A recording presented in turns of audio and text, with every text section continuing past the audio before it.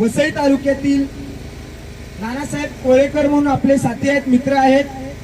गेल्या अनेक वर्षापासून वसई तालुक्यामध्ये ते गोरगरिबांचे प्रश्न घेऊन महानगरपालिका असेल, महसूल डिपार्टमेंट असेल, पोलीस प्रशासन असेल किंवा जे कोणी जुलमी अत्याचार करणारे सध्याच्या घडीला प्रशासन व्यवस्था आहे, या व्यवस्थेच्या विरोधात मजबूतीने ताकदीने आतापर्यंत लढण्याचे काम त्यांनी केलेलं आहे.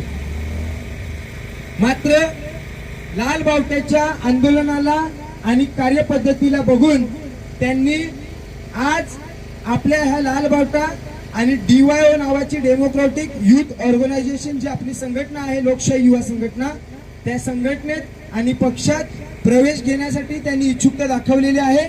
आणि सर्वांनी एकदा जोरदार टाळ्या वाजवून त्यांचं आपल्या पक्षामध्ये स्वागत करूया. कॉम्रेड अनिरुद्ध मेहर आहेत, त्यांनी त्यांचा आपल्या पक्षामध्ये प्रवेश करून घ्यायचा आहे.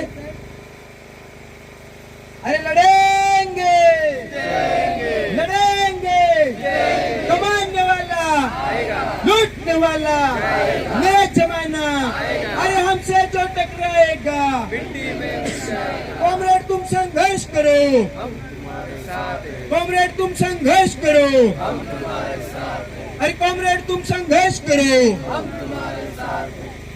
कॉम्रेड त्यांना मी एक आपल्या पक्षाच्या माध्यमातून आणि संघटनेच्या माध्यमातून एकच वचन देतो की आतापर्यंत जी काय लढत आल्यात लढाई ही त्यांच्या कुठल्याही पद्धतीची स्वार्थाची नसून वसईच्या किंवा संबंध पालघर जिल्ह्याच्या जनतेच्या हितासाठी लढाई लढलेली आहे.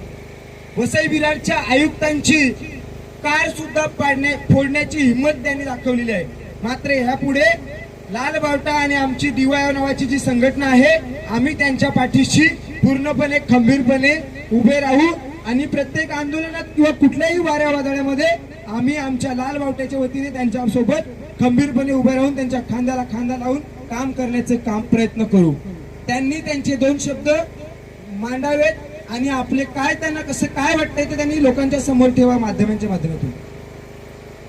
सर्वांना लाल सलाम. सर्वात आधी हा झेंडा जो मी हातात घेतला, आपण पक्षाचे कुठले झेंडे बघितले तर पाईप असतो, पाईप, पण या झेंड्यामध्ये झाडाचं लाकूड आहे, फांदी आहे.